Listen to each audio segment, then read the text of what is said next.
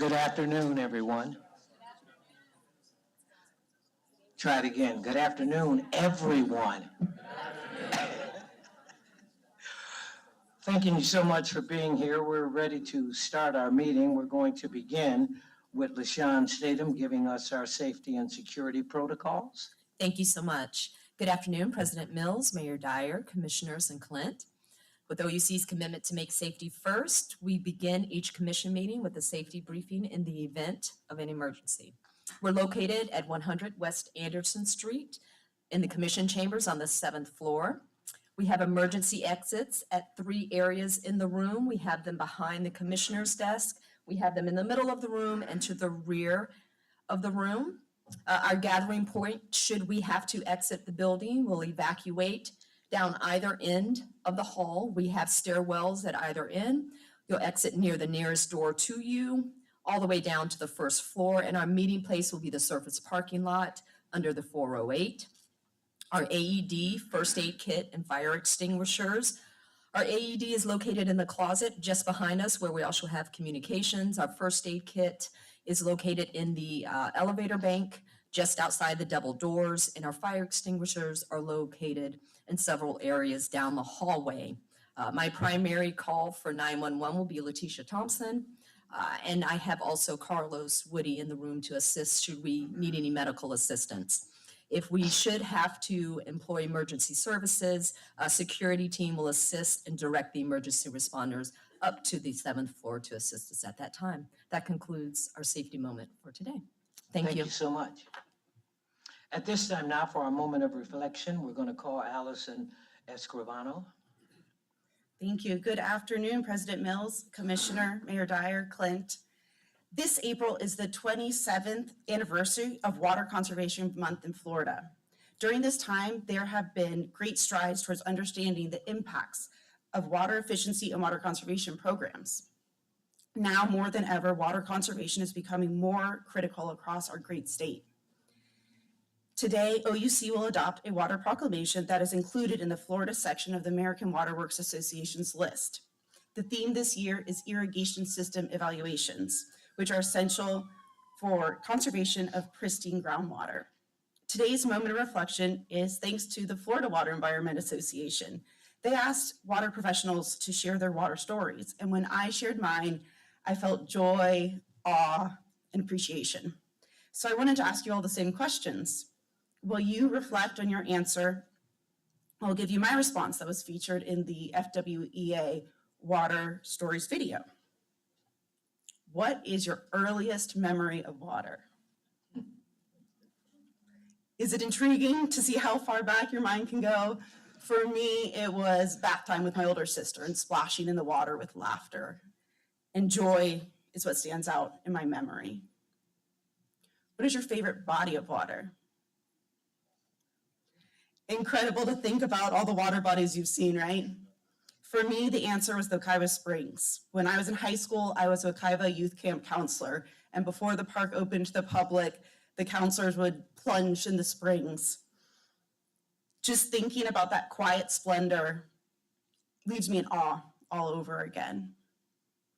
The last question, how does your work impact water? For me, that was the easiest question to answer. I'm extremely appreciative that the work that I'm doing is impacting my immediate community's potable water supply for the next 30 years, just as the work you all do as commissioners is as well. Now that you've reflected on water, let's go back to the theme this month and the number one thing that we can do if you have an in-ground irrigation system where you live, work, or play. Make sure it's functioning.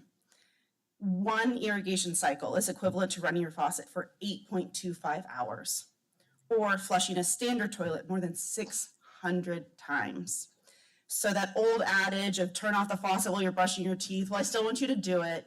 First, make sure your irrigation system's working. How many days a week is it running? How long do you run it for? Turn on each zone. Are the heads functioning? Is the water going where it should? That is the number one way you all will be able to conserve water in our community. Thank you all for reflecting on this precious finite resource that I think we can all say we deeply cherish. Thank you. Thank you, Alice.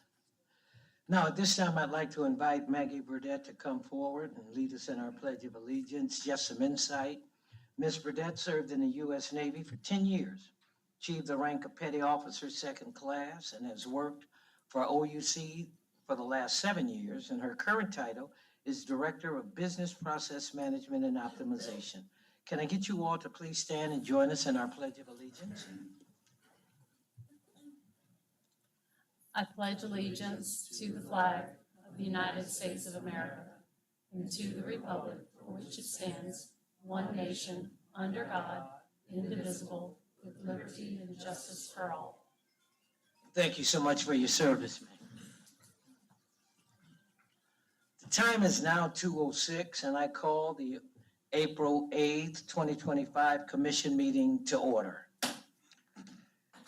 At this time, I'd like to acknowledge that Commissioner Gonzalez is not in attendance today, but we do have a quorum present to conduct the business of the meeting this afternoon. So moving through our agenda, our next item on the agenda is a consideration, Commissioners, of the March 4th, 2025 Commission meeting minutes. I'll entertain a motion to waive the reading of the Commission minutes and adopt them as published. Second. We have a motion and second. Is there any discussion? Hearing none, if there's no further discussion, we'll take a vote. All in favor say aye. Aye. Opposed? So ordered. Moving on now, we move into a special part of our agenda, and that's our awards. So for service awards, Mr. Murtaugh, will you provide? I believe you have 2 this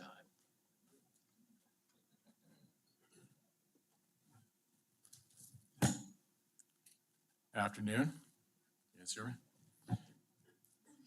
President, Commissioners, Mayor Dyer, Clint. So this is my first time doing service awards since I've been here, so hopefully I can do justice to these distinguished members of our OUC community today. It's my honor to be able to recognize 2 tremendous individuals. So first one, I want to call up Joan Anthony.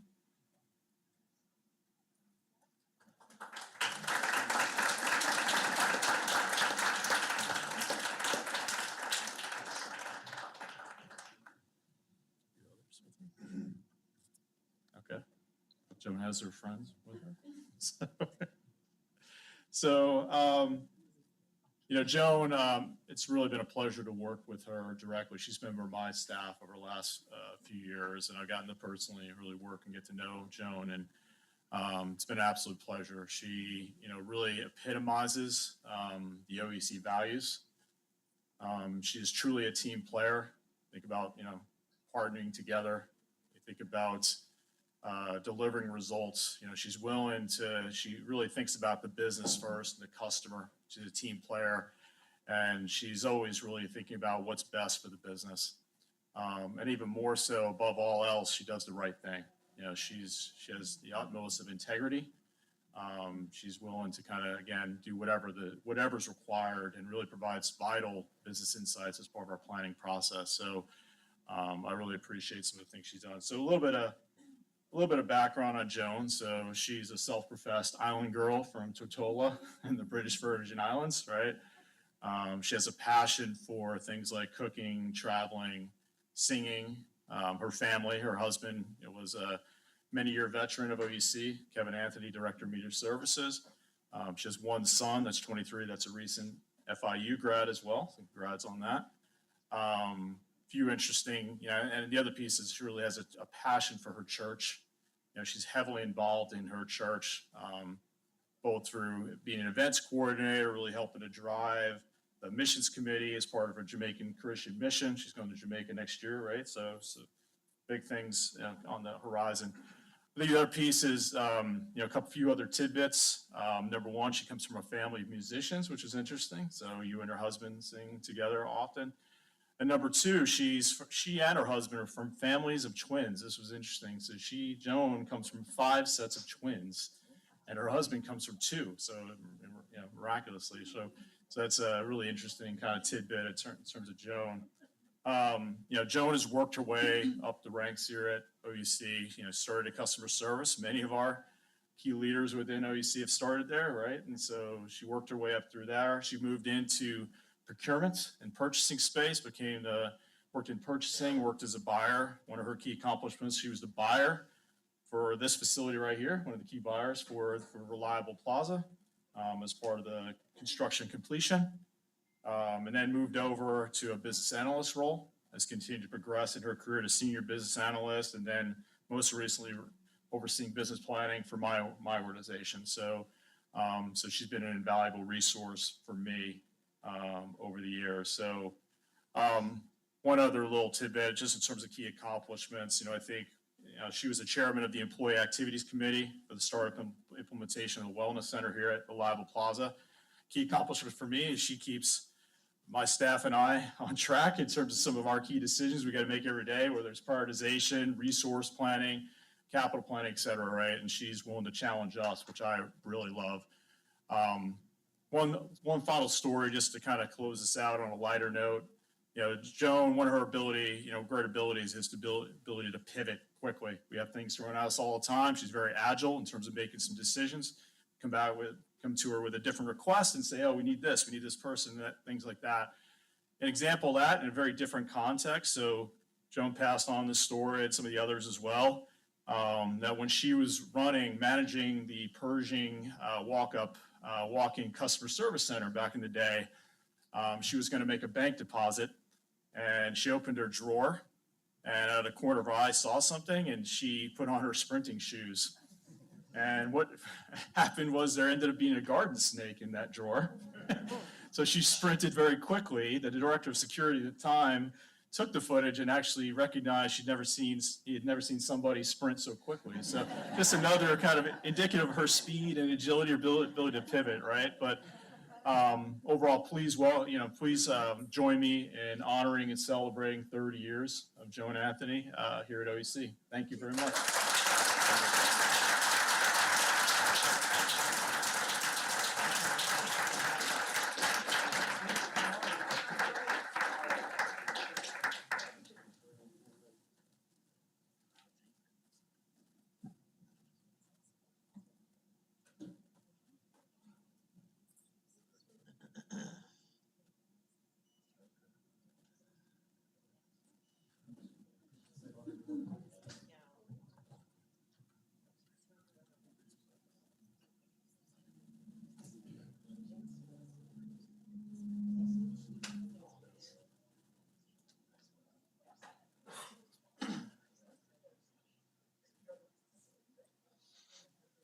All right, that's number one, and you've got another 30 year. I do. So I'd like to welcome to the podium Angela Smith and some of her family members.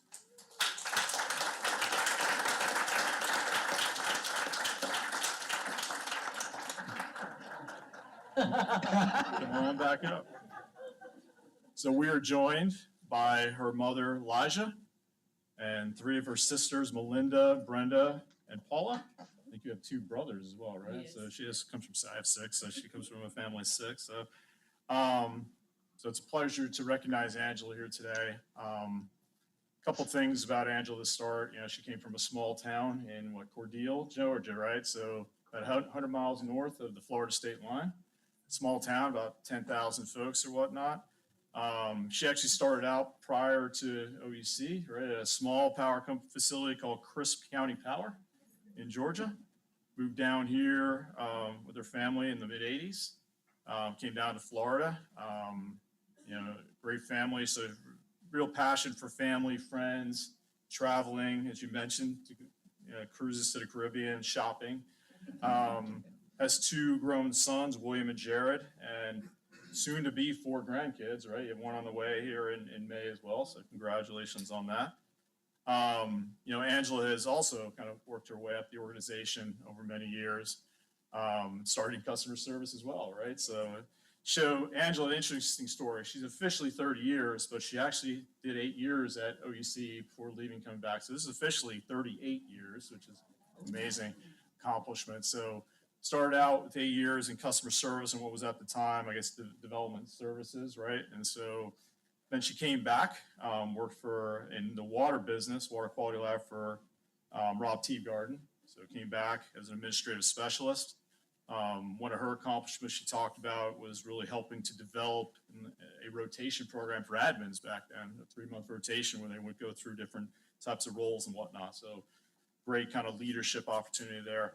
And then she moved over to our side, right, in IT, or what's known as digital technology today, leading the help desk as a support tech, moving into eventually an associate business applications analyst, and now a business application analyst. So she is essentially, we have a system called Footprints, which is basically a lot of our service requests for IT. She is the subject matter expert for Footprints in the company here. So there's one go-to, it's her. And so since about 2013, she has led that area, and that was vital, not just in our normal day-to-day business, but even when we had the hurricanes last year, Footprints was a key part as we were putting in a lot of different service requests for IT. She also helps provide training materials and acts as really the main expert in that area for the company. I asked her about a few of her key accomplishments and things that she's most proud of as well. So number one was that administrative program, the rotation I talked about. Number two, which I have so much respect for, she went back after 20 plus years into her career and obtained her college degree through OUC with their support in business administration. We all know how hard it is to balance family, life, work. To do that after that many years is just a testament to her determination, perseverance, et cetera. So tremendous accomplishment. The third one was, she was actually at the opening of the Stanton Energy Center. And she got to actually kind of put the coal in the pulverizer for the first time. It has her name on the board there when it was first opened. So that was an interesting one as well, right? So, tremendous experience, invaluable resource for us. Really proud to be able to honor Angela on her 30 years today. So thank you.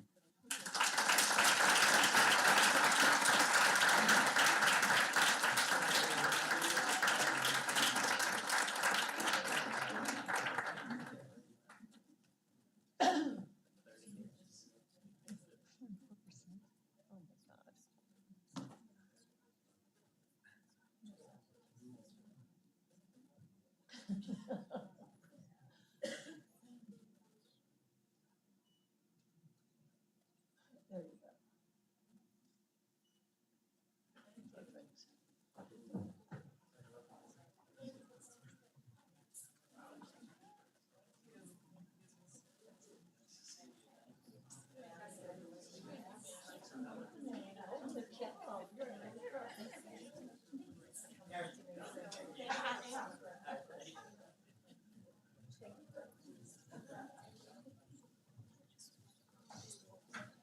Okay, it's always good to celebrate.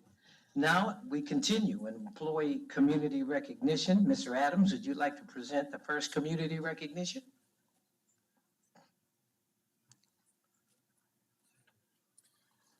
Thank you, President Mills, Commissioners, Mayor Dyer Clint. I'd like to share with you today some great news coming out of this year's Florida Municipal Electric Association and American Public Power Association's National Lineman Competition. Also known as the Lineman Rodeo, this year's event was hosted by Ocala Electric Utility on February 28th and March 1st.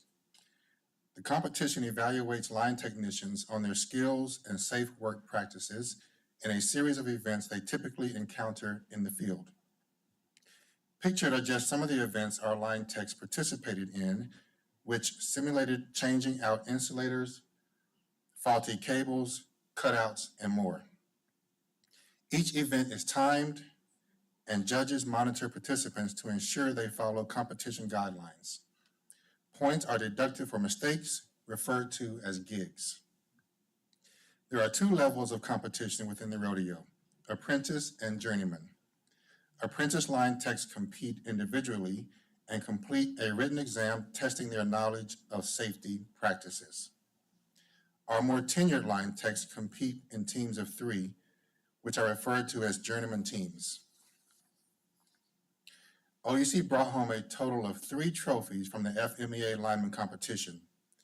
The journeyman team of Austin Hulk, Line Tech 1, Nelson Rodriguez, Distribution Operator, and Evan Engler, Line Tech 2, placed 3rd against 24 teams in the armor rod install and tie-in event with 0 faults, and in the top placings coming down strictly to time.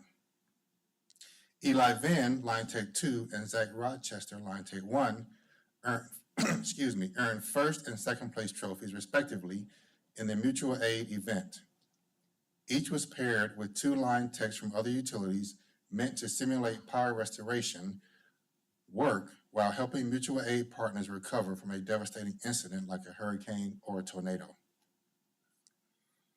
I also would like to recognize Chris Taylor, Construction and Maintenance Manager, James Alexander, Senior Technical Trainer, who you see pictured, and Richard Bowley, Lead Line Tech, who is pictured in the next slide.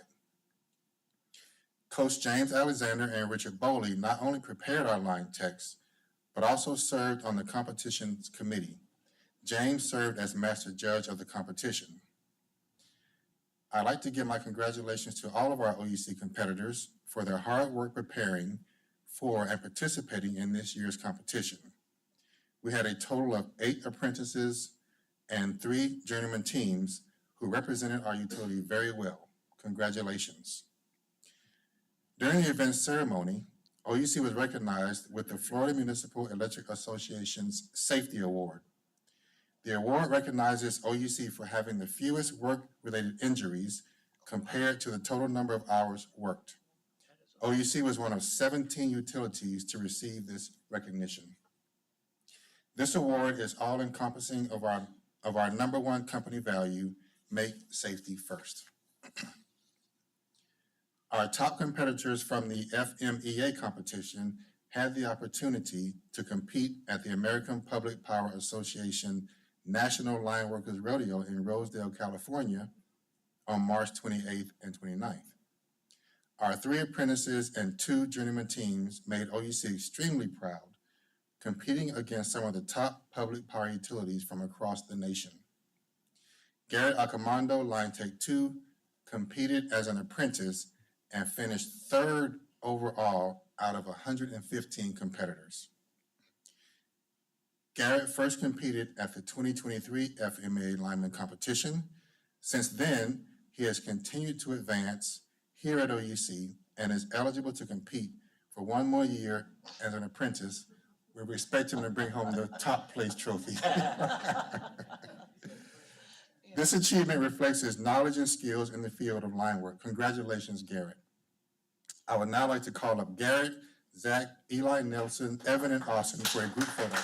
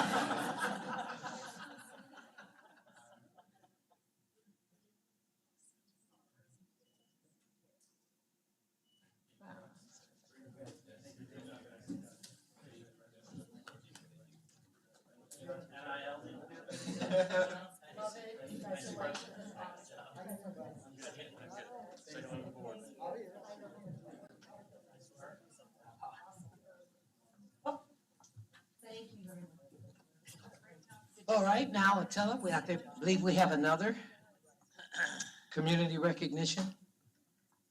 Attila.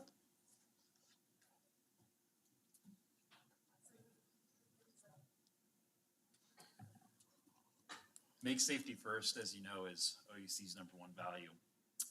We aim to make safety the center focus in everything that we do. To us, this means the health and the well-being of our entire team in an injury-free workplace. The safety of colleagues and friends during the course of their work on both blue sky days and in challenging storms.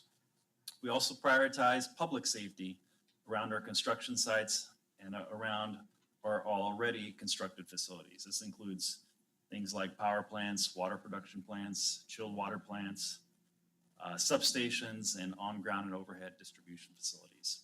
We strive every day to identify and mitigate potential hazards.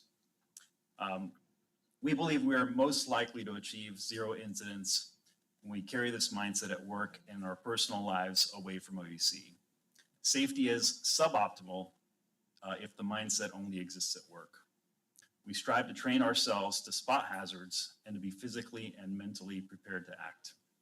We do this because a safety mindset combined with knowledge and training is not something that we could easily summon when it is needed the most.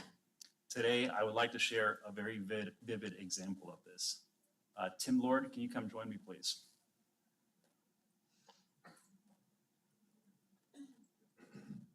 If you would, stand next to me. Good to see you. On the morning of March 7th, around 4 a.m., Tim Lord was on his way to Stanton Energy Center for his shift as an auxiliary operator. He was driving his vehicle westbound on Highway 50 near the town of Christmas. He gradually passed the vehicle in the slow lane and created some separation. Tim kept an eye on the vehicle in his rearview mirror and then noticed that the driver behind him was changing lanes. A few moments later, the vehicle crossed the median and was driving west on the eastbound lanes.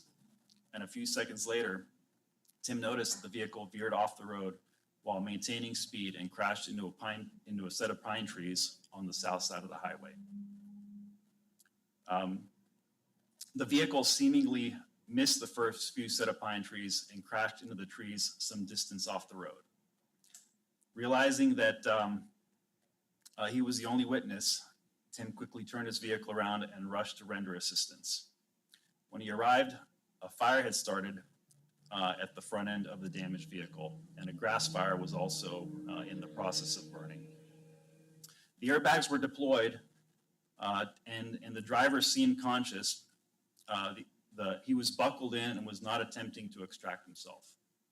Tim offered to help, but the individual seemed disinterested. Tim's emergency response training from Stanton Energy Center and years of experience at the plant helped him act in this dire situation. He knew that the dry conditions of the vegetation and the likely presence of a fuel leak did not allow time for rational convincing. He unbuckled the occupant and moved him about 25 yards away from the flames. As soon as they were both clear, he called 911 and watched as the car and the adjacent pine trees became fully engulfed in flames. Tim tended the individual and kept him safe as he waited approximately 15 to 20 minutes for the first responders to arrive on the scene. He then described the sequence of events and provided his contact information to the authorities. By the time Tim left the scene, the pine trees were on fire and the vehicle was burned to the ground. Other than the heroic nature of Tim's unselfish actions and confident intervention, I'd say perhaps the most remarkable thing in this entire incident is that Tim still made it to his shift on time at 5:30 a.m. Tim has worked at Stanton Energy Center for 23 years, the last 9 of which were as an OUC employee and in the role of auxiliary operator. In this role, Tim serves as the eyes and ears of the control room operators that cannot leave the control room. Tim's job is making the rounds, being the boots on the ground, identifying hazards, identifying problems, and working with the team to resolve those. He also looked to identify problems before they manifest themselves into much more severe problems. If there's a problem, he uses training and acts. As an auxiliary operator, Tim is also part of the emergency response team at the plant. His training for his critical safety role includes 40 hours of advanced first aid, CPR, and AED, 24 hours of incipient fire training, 24 hours of hazmat training, 16 hours of rescue training, and about 36 hours of annual refresh training. Tim, thank you for being an asset to our community, for being a reliable member of our team, and thank you for saving that man's life. You did an incredible feat that day. Thank you for letting me share your story.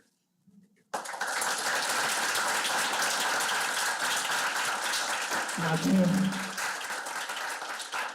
before we take the picture, we want to show OUC our appreciation for your efforts. And let me also comment, I saw on Fox News the burning car, the clip, and had no idea it was one of our own. And so we're greatly appreciative of your act. Therefore, I'd like to present a resolution of appreciation. Whereas the Orlando Utilities Commission wishes to recognize and honor Tim Lord, an auxiliary operator who has worked with OUC for 23 years, 9 of those as an OUC employee. Whereas Mr. Lord honored his commitment to OUC's core value to make safety first by undergoing routine rescue training for his role with the emergency response team at the Stanton Energy Center. Whereas Mr. Lord was driving on Highway 50 during his commute to work in the early morning hours of March 6, 2025. Whereas Mr. Lord noticed a vehicle cross the center of the lane, veer off the road, collide head-on with a tree and erupt in flames. Whereas Mr. Lord pulled up to the crash site and utilized his emergency training with OUC to assess the scene for potential hazards. Whereas Mr. Lord checked the trapped driver's condition and extracted him from the burning vehicle before it was engulfed in flames. Whereas Mr. Lord stayed with the driver to provide initial care and reassurance until Orange County Fire Rescue and Emergency Medical Services arrived.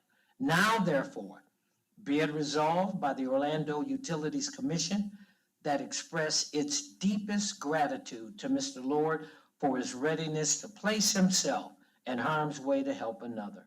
Be it further resolved, the Orlando Utilities Commission recognizes Mr. Lord for his exceptional courage, selflessness, and commitment to public safety by making this proclamation a part of the official commission records and by presenting to him a testimonial copy as a symbol of the pride and esteem in which he is held by this commission.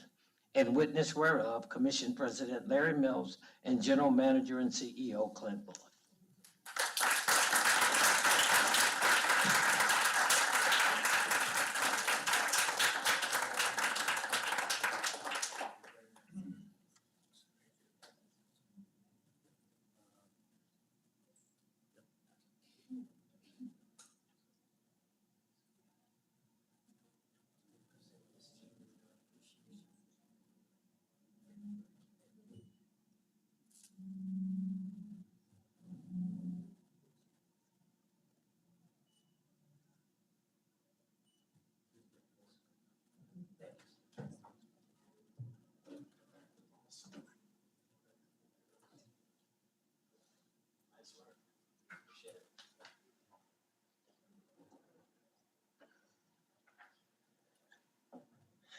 Now, our next community recognition, Luz will come forward with OUC Charity Golf Tournament. Thank you, President Mills. Good afternoon, President Mills, Commissioners, Mayor Dyer, and Clint. I'm excited to give you an update on OUC's annual charity golf tournament today. This year's event took place on March 8 at Eagle Creek Golf Course in Lake Nona. We were fortunate to have fantastic weather at the event, as some of you got to enjoy, and I want to thank you, President Mills, for taking the time to come out and greet our participants and sponsors. The tournament marked a milestone of 30 years for OUC, giving back to the community with a record number of players. As we look at the long-term impact of this event, I'm thrilled to share that this year brings us to a historic total of more than $1 million in donations gifted since we first teed off in 1995, benefiting a total of 83 nonprofit organizations throughout our Orange and Osceola counties. This year's golf tournament benefited 4 nonprofits that are devoted to improving the community we serve through social impact, economic development, educational outreach, and environmental stewardship. We're deeply privileged to stand alongside these remarkable organizations, each leaving a mark on Central Florida. Thanks to the additional generosity of our golfers through raffle ticket sales, we raised a total of $58,000 for our charities, which brings the total to $14,500 for each charity and is the highest donation to individual charities to date. Traditionally, we've given about $10,000 to each charity participating. This tournament wouldn't have been possible without our generous sponsors who fully funded the event. We are grateful for their support and commitment to the positive impact in our community. At this time, I'd like to direct your attention to the screens for a video about the 2025 tournament and to learn more about this year's charitable organizations and our I'm sponsors. so happy to welcome you all that were here to our 30th annual charitable golf tournament, where 4 top charities will benefit from your contribution and your support and attendance. In total, we've raised over $1 million over the last 30 years, and that $1 million has gone to support 83 nonprofit charities throughout Orange and Osceola counties and help thousands of individuals in need. The 4 charities we've chosen to support this year are the Orlando Fisher House, Osceola Arts, the Greater Haitian American Chamber of Commerce, and the UF-IFAS extension of Orange County. So the Orlando Fisher House is one of 100 Fisher houses across the country. And it's a comfort home for family members, caregivers of veterans that are hospitalized at the VA hospital or in a military installation. This is a big blessing for us. The Fisher houses, all the Fisher houses, we sustain ourselves on donations. The Greater Haitian American Chamber of Commerce is committed to empowering Haitian and Haitian American owned businesses in the metro Orlando area. And we do that by connecting with business owners to teach them the fundamentals of business success as entrepreneurs. So the monetary funds will help us to create the resources that our members need. So we're an extension of the university, and we bring science-based solutions to real life. So whether that's teaching youth, 4-Hers, leadership skills, or growing your own garden, or even financial management and buying your own house, we do all of that. Being the recipient of some funds is going to allow us to, expand some of our programs into other areas. Osceola Arts is a local community theater and art education center. We've been around since 1969, keeping the arts alive in Osceola. We have a wonderful mural program in art in public places that will help bring the arts out to the community for free, and also keeping all of our costs down for between our Broadway shows and our education for our homeschool. So I want to thank OUC because our employees have that community spirit that amazes. By far the most important aspect of coming out here, we have a good time playing the sport and hanging out with each other as friends, but at the end of the day, the priority concern out here is to raise money for those that need it. And this wouldn't be possible without the help of our sponsors and our business partners. We're so grateful to. Over 45 sponsors joined OUC in helping put on this tournament. Our relationship with OUC has gone on for a very long time. I think part of the reason is the values and the mission are closely aligned in serving the local community, being a part of the local community, and helping give back to that local community. I've served in various organizations, but there's never been an organization that has left such a lasting imprint as OUC. Thank you for that comment. And I'd like to express my gratitude to all the OUC employees who contributed to the success this year of the event. So now, I also want to thank those who assisted in securing sponsors for this event, and also those that dedicated their Saturday to ensure we had a successful tournament. Thank you for partnering together to help us give back. And now I'd like to ask Queen Marceline to come up and help introduce the checks to the organizations that are going to receive them today.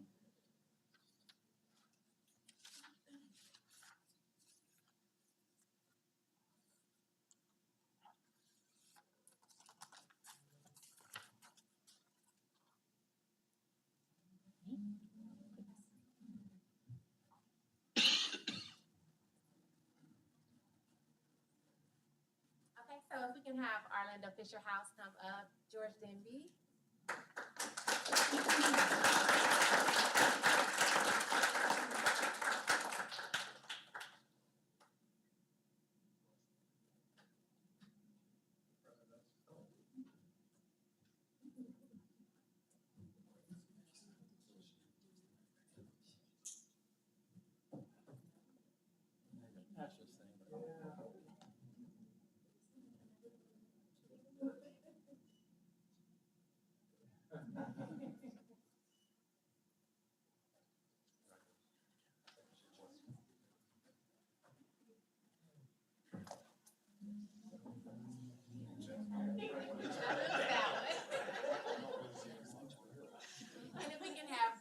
and Jeremiah from Osceola Arts come up.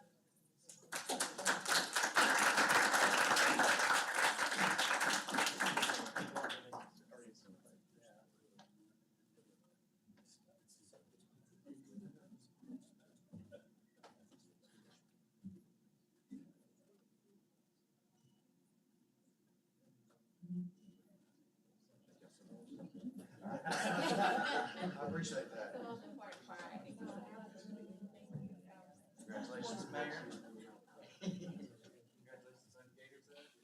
And Jacqueline Plant from Greater Haitian American Chamber. JP.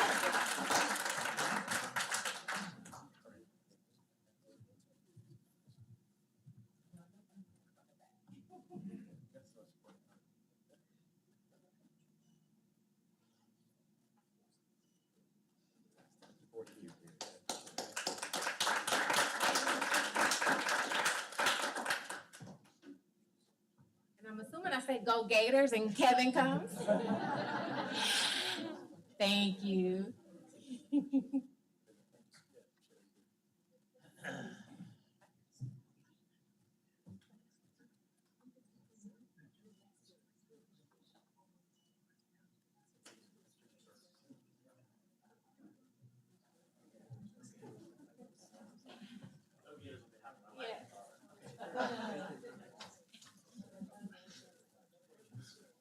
And thank you again for your support of this year's tournament and future tournaments. And we look forward to seeing you guys again next year in the spring. Thank you. Thank you all. We have one more activity under community recognition. Luz? Thank you, President Mills. One of OUC's 4 community impact pillars is environmental stewardship. Throughout the year, we work to protect our region's natural resources and environment through key investments and partnerships, which include teaching young people to appreciate the value of energy and water through community engagement activities that reach customers of all ages. Today, I'm going to provide you an update on 2 educational programs, the Watts Savings and Watercolor projects. And we're especially busy in April, which is Earth Month, with several events and initiatives designed to educate the community on the importance of conservation and sustainability, while also giving OUC employees the opportunity to participate in some of those initiatives. Slide, there we go, thank you. The Watercolor Project, which started in 2006, has had more than 50,000 participants and more than 100 schools have participated as well. It encourages students in Orange County to use their artistic talents to promote water conservation. As part of the program each year, 4th and 5th graders create artwork for a calendar, while middle and high school students paint rain barrels. On April 3rd, OUC recognized 40 students who were named as finalists for this year at the ceremony held at Orlando Family Stage. Shown here is the winning cover drawing and some photos from the awards event. The winning rain barrels will be on display until April 13th at the Dr. Phillips Center and City Arts, and you can see the calendar artwork at City Arts as well. Next slide, please. This past fall, we launched Watts Savings Project, a companion to our long-running watercolor project we've conducted in partnership with Orange County Public Schools. The Watts Savings Project provides Osceola County 4th and 5th graders with the opportunity to create artwork that raises awareness about energy conservation. On March 4th, as a culmination event, OUC recognized 13 of these young artists who were chosen by the public to be featured in the first ever Watts Savings Project calendar at an awards banquet at Osceola Arts. Shown here is the winning cover drawing and some photos from that event. I'd like to share a video celebrating the talented students in both programs. Please enjoy.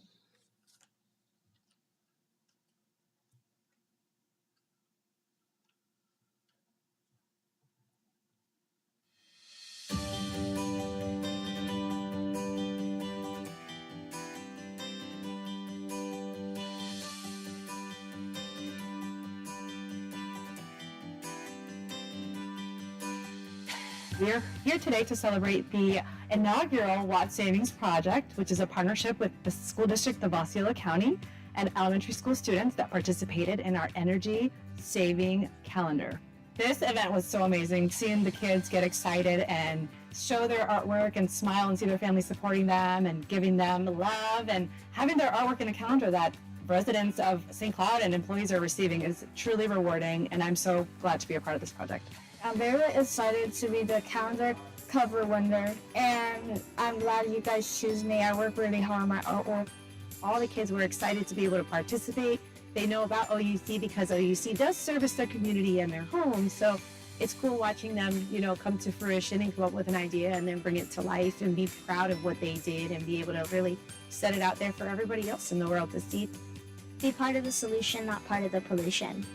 And I try to make it so that the future of the world is kind of in our hands, so we can control how our Earth is going to come to be.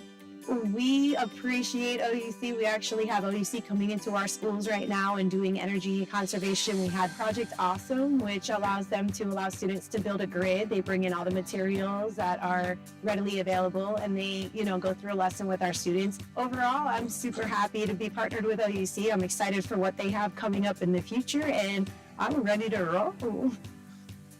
Not only did we celebrate the students that participated in the Watt Savings Project, but we are here today to celebrate the students that participated in the Watercolor Project. My students specifically, in middle school, it's their first opportunity to have awards or accolades or things. It's not just participation, but they actually earned something that's of value. And OUC has really provided value for the arts in our community. And I, as an art teacher, am eternally grateful for that. I just surpassed my 18th year at OUC, and this has been a part of, every year that I've been an employee, and actually to see my daughter eligible to get to try out and be chosen, and I was super excited. And she was super excited too, weren't you? Yeah, very excited.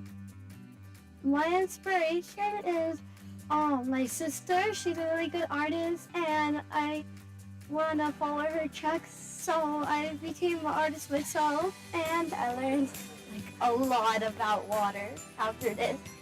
I think it's great that we get to promote conservation of water and electricity, and be good stewards to the environment and teach our students the same thing. All I want to say is never give up on what you're gonna accomplish, because it will come back to you even greater than you expect.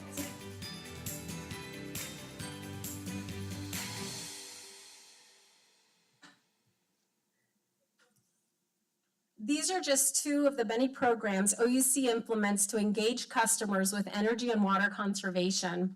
Commissioners, included in your materials today is a handout focused on OUC's April community engagement activities, and you're invited to attend any of them with us. Altogether, our environmental stewardship focused events and outreach programs in April alone engaged more than 50,000 residents and empower more than 300 employees to make a difference. I would like to highlight 4 of these events for you today. At Central Florida Earth Day, which will take place on April 19th at Lake Eola Park, OUC will be giving away 1,000 trees. On the same day, OUC employees will volunteer to remove invasive plants at Bill Frederick Park at Turkey Lake. On April 26th, OUC is taking part in St. Cloud's Earth Day at St. Cloud Memorial Library, as well as the OUC Cleanup for a Cure at Lake Lorna Dune Park in Orlando. This is a fundraiser for cancer research. As you can see, we recognize the value of giving back to our community through environmental stewardship, and we thank our community partners, Orange and Osceola County students and teachers, and OUC employees who support community sustainability initiatives. We hope to see you this month at all our events. Luke, stay right there 1 minute. Let me honor this as well with a proclamation we're going to present to a member of the St. John Water Management District that I believe is here. Perfect. April is Water Conservation Month, and whereas clean, safe, and sustainable water resources are vital to the city of Orlando and Orange County economy, the environment, and our citizens, and whereas the state of Florida, its water management districts, and the Orlando Utilities Commission are working together to increase awareness about the importance of water conservation. And whereas The Orlando Utilities Commission and the state of Florida have designated April, typically a dry month, as Water Conservation Month to educate citizens about saving precious water resources. And whereas the Orlando Utilities Commission continues to provide residential and commercial customers with programs and rebates that support water conservation and help Orlando maintain our status as the greatest city in the Southeast. Whereas the Orlando Utilities Commission has helped residential and commercial customers save nearly 103 million gallons of water by conducting more than 1,700 free in-person water conservation audits in 2024 alone. And whereas the Orlando Utilities Commission has also delivered residential and commercial customers with nearly 45,436,080 gallons of deemed lifetime savings due to 217 paid rebates. And whereas every organization and citizen can make a difference when it comes to saving water, now therefore, the Orlando Utilities Commission does hereby proclaim the month of April as Water Conservation Month, and the Orlando Community Utilities Commission service territory, which includes the city of Orlando and portions of unincorporated Orange County. We urge all residents and businesses to help protect our precious resources by practicing water-saving measures. In witness thereof, Commission President Larry Mills and General Manager and CEO Clint Ball. So thank you, Commissioner Mills. Our representative is not here today. Or is she? Oh, she is here. Oh, Yes, we're going to ask Deidre Irwin. sorry, misinformation. If you don't mind standing over here with our CEO and President Mills. Yes, I know she wants to say a few words too. Yes, she does. Very nice to meet you. Coming out today. Thank you so much for coming.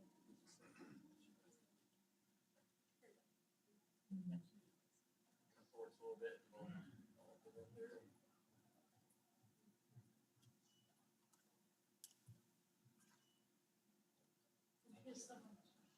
Thank you.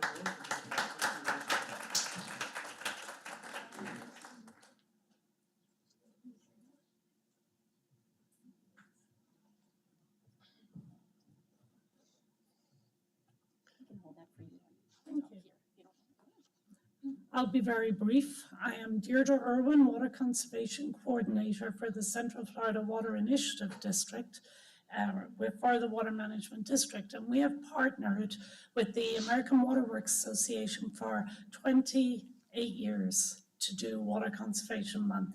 OUC has been our partner in that effort in the past, and we look forward to partnering even more with you in the future as our water issues become a little more serious. Our constraints are increasing, and water conservation is really one of the best ways we can help meet that goal.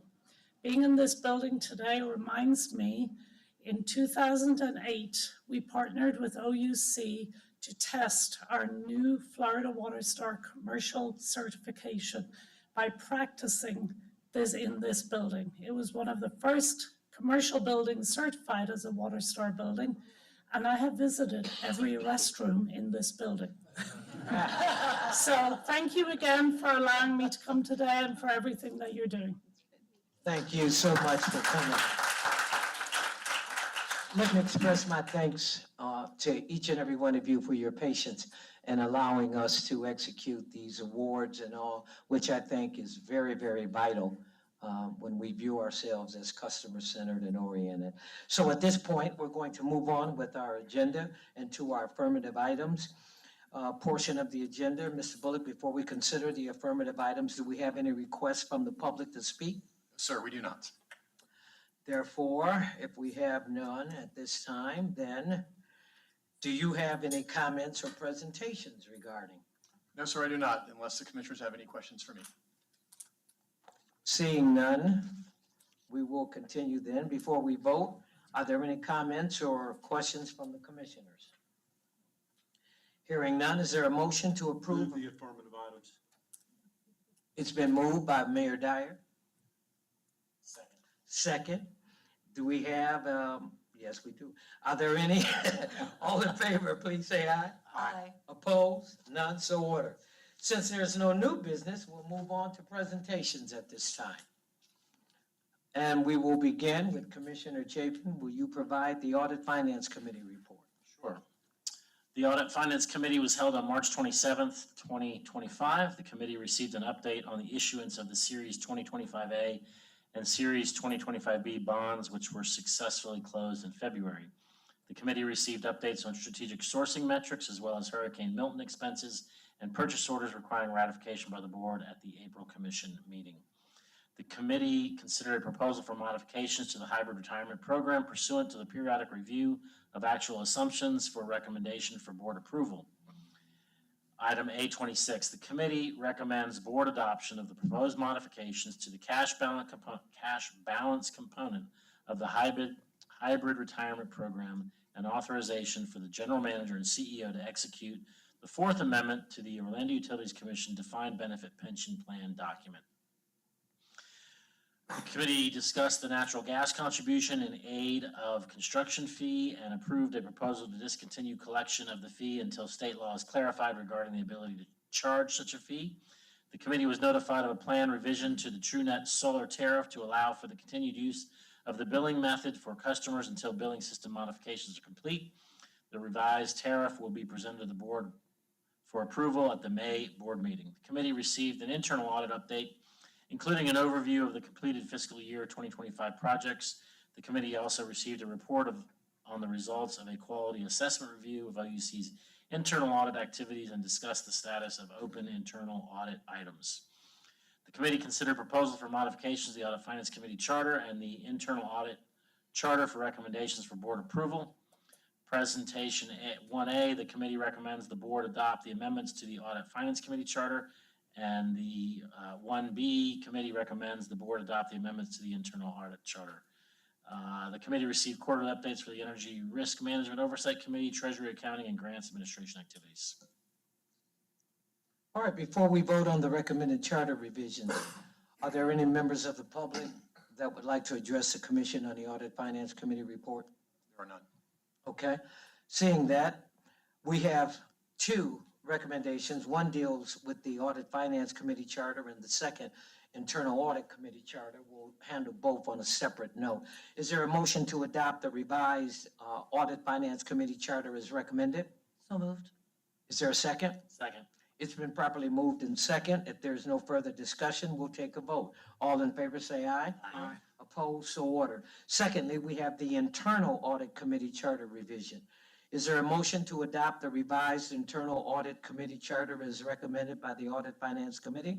So moved. Second. It's been properly moved in second. Is there any discussion? Hearing none, all in favor, please say aye.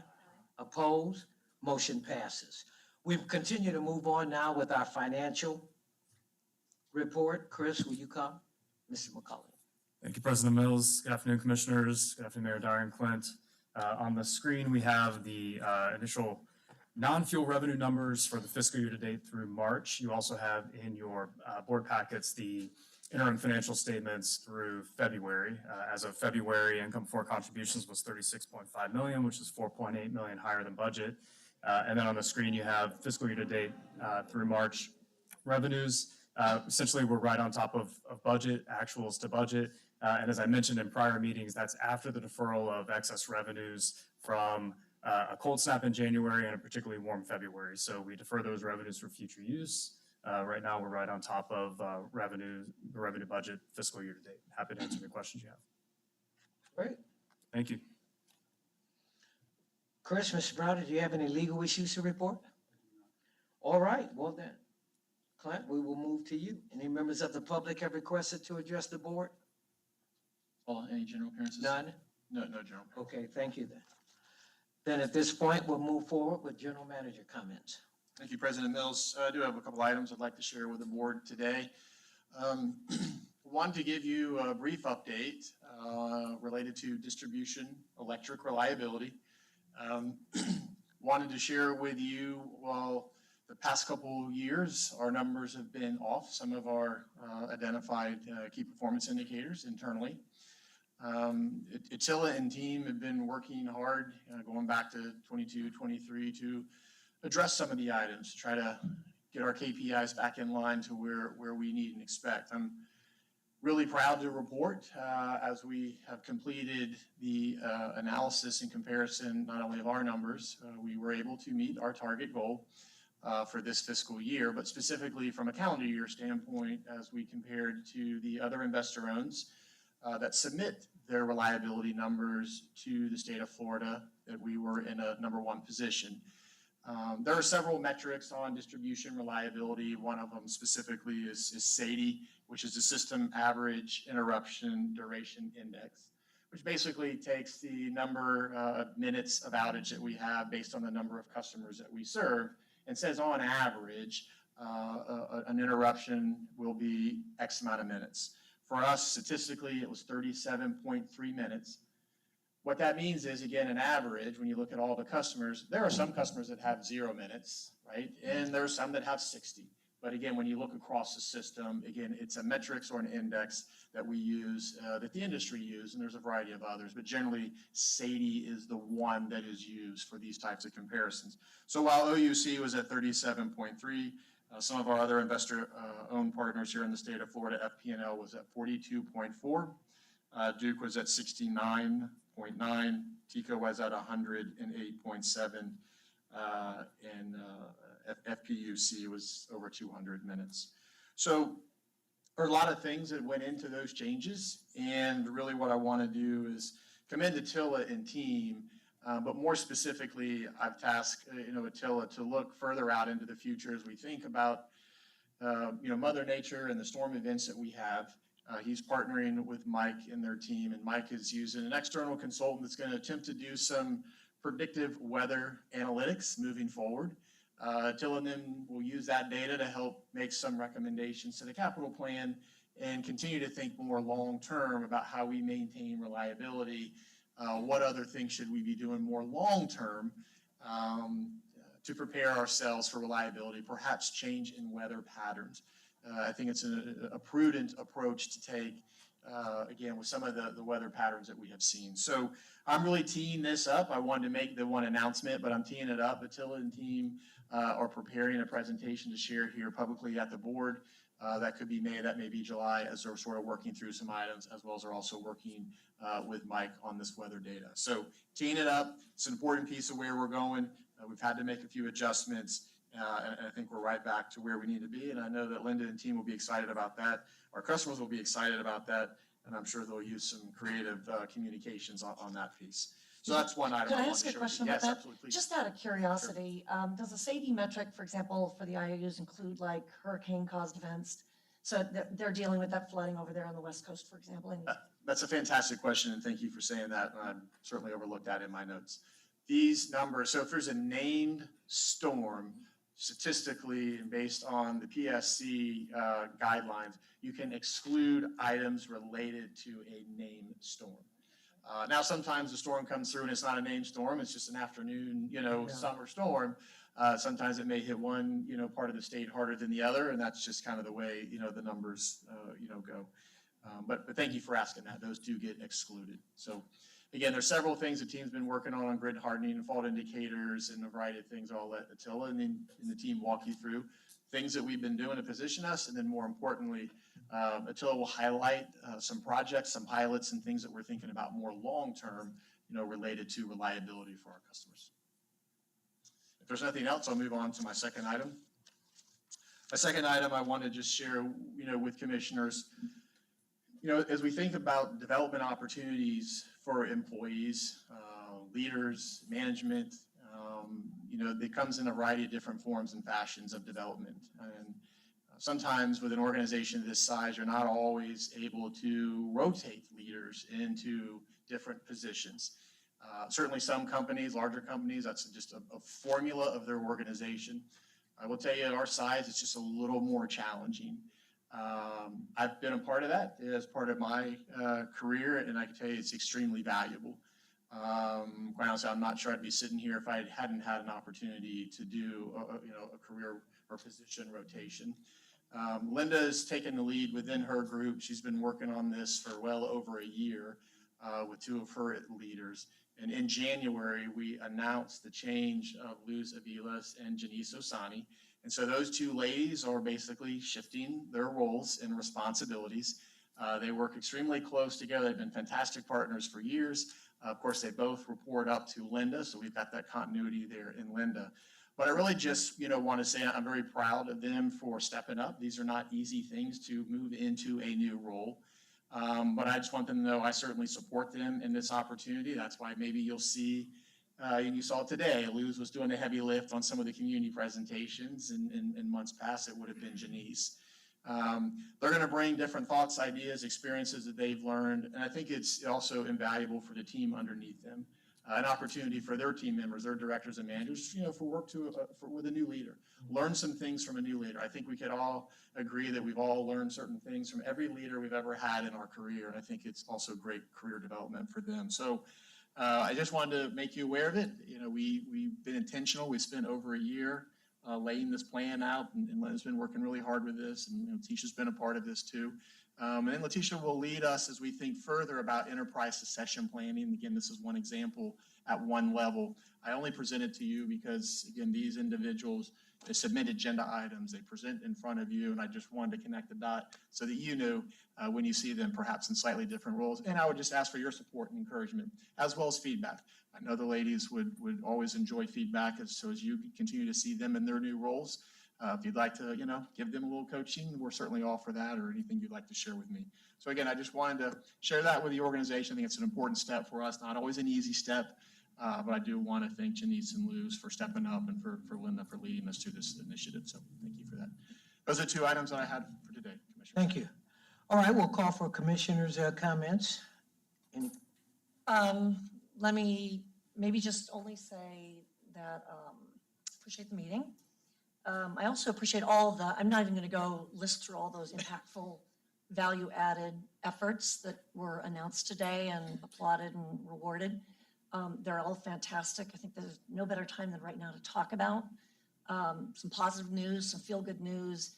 I hope citizens of Orlando really appreciate the vital role that OUC plays in this community. I feel really good about that. If it's not safety, then it's charity. If it's not charity, then it's clean up the environment, save water, engage the schools. I just love everything about it. So thank you very much. I really appreciated the 30-year employment celebrations. It was clear, it was very heartfelt, and appreciated by all. The Tim Lord rescue story was amazing. Happy to hear about the record-breaking golf tournament. Is it true that President Mills, you broke the record by buying as many mulligans as one could purchase? Did that put us over the top? Yes. Love the voices, the young voices in the community art program, and always great to hear about improving reliability, because that's at the end of the day, that's what it's all about. Just as a reminder, the city of Orlando is celebrating its 150th year since we incorporated as a city, and we have an exhibit that will begin in partnership with the Orange County History Center on Saturday, called Orlando Connects, and there'll be 150 articles on display that represent the history of the city of Orlando. So when you have a chance, get by and see that exhibit. Super. Let me echo all of the words that have been said, and let us not lose track of that safety award. That's huge to me, and it really echoes what our core values are. So we acknowledge hearing that and everything else. And let me publicly acknowledge Mayor Dyer for wearing his Gator shirt to our meeting today. And with that being said, it is 3:10, and I officially, without objection, adjourn this meeting. Thank you so much. All right.